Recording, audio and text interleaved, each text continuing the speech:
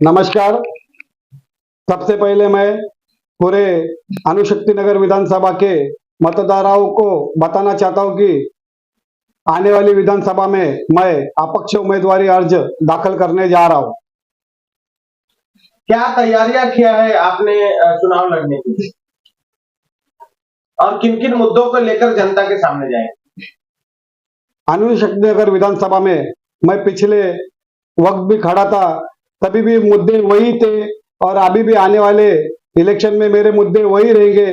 उसके पहले मैं अणुशक्ति नगर विधानसभा के जनता को अपील करना चाहता हूं कि आने वाले 29 अक्टूबर को सुबह 10 बजे अशोक नगर हनुमान मंदिर, यहां से मैं श्री माते का दर्शन लेके वो रामदूत हनुमान जी का आशीर्वाद लेके आशीर्वाद यात्रा शुरू करने वाला हूँ।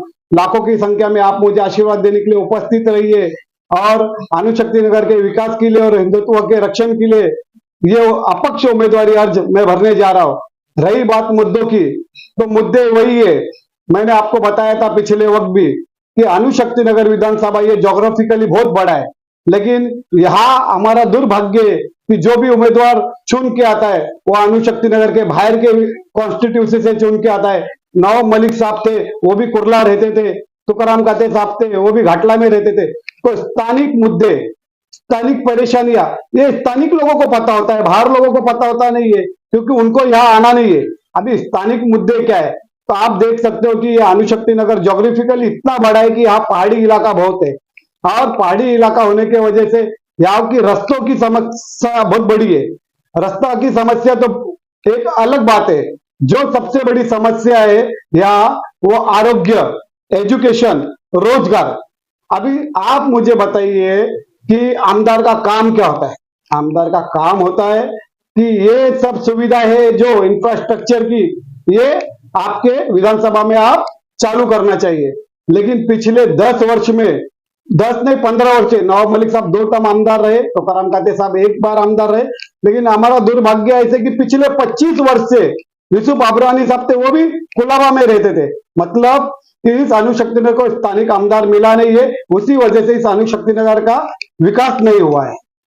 और इस अणुशक्ति नगर का विकास कब हो सकता है कि जब इस अणुशक्ति नगर विधानसभा में जैसे चिता कैंप है, गोवंडी है, देवनार गांव है, पांजरा पोल है, हमारा अशोक नगर है, ओम गणेश नगर है, गडकरी, विष्णु नगर, प्रयाग नगर, गौनपाड़ा, अग्रवाल कॉलोनी, मनीष विजय सोसाइटी, ये जो एरिया है, यहाँ आप देख सकते हो एक भी मैटरनिटी हॉस्पिटल नहीं है, एक भी अच्छा अस्पताल नहीं है। अगर किसी घर में कोई बीमार होता है या किसी को हार्ट अटैक आता है या किसी को कैंसर होता है, पूरे अणुशक्ति नगर में एक भी हॉस्पिटल नहीं है। तो मेरा सबसे पहला मुद्दा वही होगा कि अगर मैं जीत के आता हूं तो किस तरह फंड लाकर यहाँ अच्छा अस्पताल बनाऊं और कोई भी हो, गरीब हो अमीर हो, उसका मुफ्त में इलाज उस हॉस्पिटल में हुए।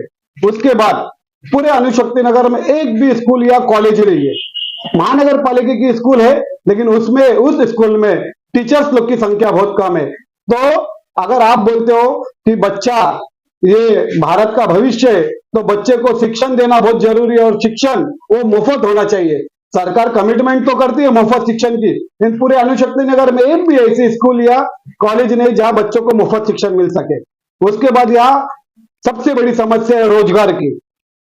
इतनी बड़ी बड़ी कंपनियां है, आरसीएफ है, एचपीसीएल है, बीपीसीएल है, एजेस कंपनी है, लेकिन यहाँ लाखों का नौकरियां होने के बावजूद स्थानिक भूमि पुत्रों को नौकरी नहीं दी जाती है, बाहर के लोगों को नौकरी दी जाती है। तो जीत के आने के बाद अणुशक्ति नगर का मेरा पहला यही मुद्दा होगा कि मेरे भूमि पुत्रों को यहाँ नौकरी कैसे मिले। अच्छा, जो अनपढ़ है, गंवार है, नौकरी नहीं कर सकते, कैटेगरी में नहीं बैठते, तो यहाँ अणुशक्ति नगर विधानसभा में बहुत सारे एमएमआईडी की ऐसी खाली बिल्डिंग है।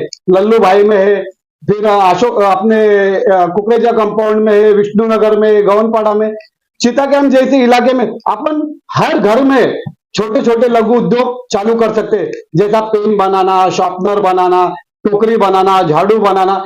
उस लघु उद्योग से हम हर एक मेरे मतदार के घर में एक व्यक्ति के पीछे 20 से 25 हजार रुपया रोजगार उपलब्ध कर सकते हैं। अगर एक घर में 4 लोग काम करते हैं तो कम से कम हर महीने उनके घर में 1 लाख रुपए का उत्पन्न चालू होगा। तो मेरे अणुशक्ति नगर का स्टैंडर्ड ऑफ लिविंग और उनका विकास होगा। यही मेरा सबसे बड़ा मुद्दा है। मैं आप सबसे हाथ जोड़ कर अपील करता हूं कि पिछले 20 साल से हम इस अन्याय के विरुद्ध लड़ना है, तो आने वाले 29 अक्टूबर को अशोकनगर हनुमान मंदिर के यहाँ लाखों की संख्या में उपस्थित रहिए और आशीर्वाद यात्रा में उपस्थित रहकर सभी मेरी माता बहन भाई आपसे अनुरोध करता हूं कि मुझे आशीर्वाद दीजिए और आने वाले 20 तारीख को मेरा जो भी चुनाव चिन्ह रहेगा, मैं अपक्ष उम्मीदवार बोल के खड़ा रह रहा हूं, तो मेरे चिन्ह के सामने मतदान करके मुझे एक स्थानिक आमदार बोल के आप मुझे जिताओगे, ये आपसे अपेक्षा रखता हूं। जय श्री राम।